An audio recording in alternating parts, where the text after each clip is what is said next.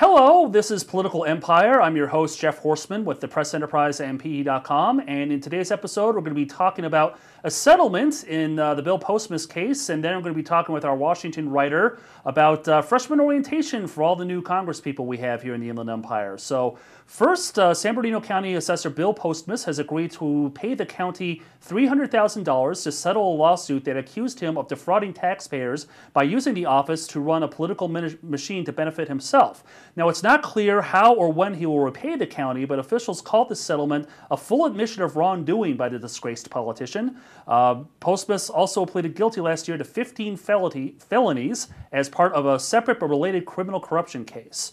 Now we're going to talk about Congress 101. Newly elected inland congressmen and women are among dozens of House members who went to Washington recently to learn their way around in advance of starting their new careers. And joining us on the phone is our Washington writer Ben Go, Ben, what goes into this type of orientation?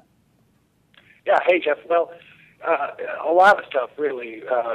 Inland Southern California, as you know, has 5 new members who have never served before. So for them, there's a whole world of information they need to get before they take office. These members came into town for the first time last week and really got the basics. They did sessions and meetings with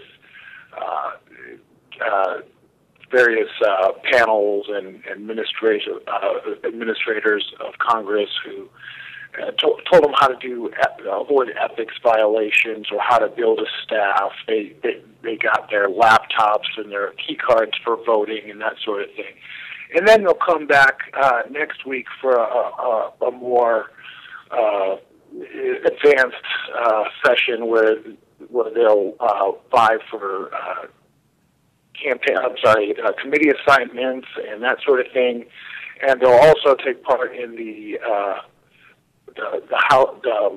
office lottery, which is where they put their name in a hat basically and are told which office they get.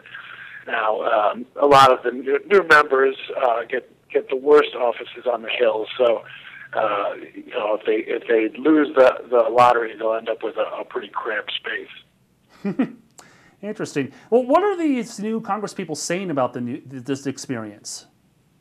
Yeah, well, I've talked to just about all of them out here, and for them it's a whole new world, and they're trying to get their bearings.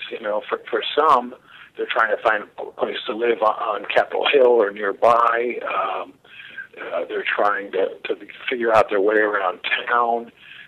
And I think they're pretty excited. It's sort of a first day of school type of feel, and they're excited. I talked to Mark Takano just a few minutes ago, who was talking about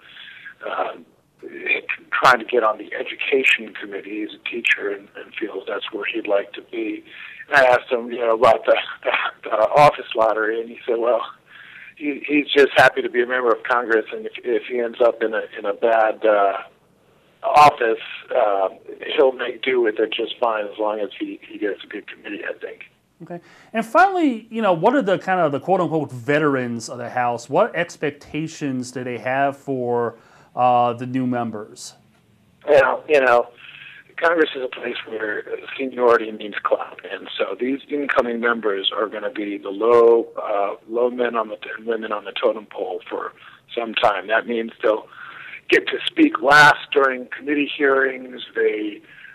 They're not going to be the chairman anytime soon, and they get a vote just like everyone else. But that's really where the equality ends. So I think the veterans see the incoming freshmen as people that they can work with on issues and people whose votes they need.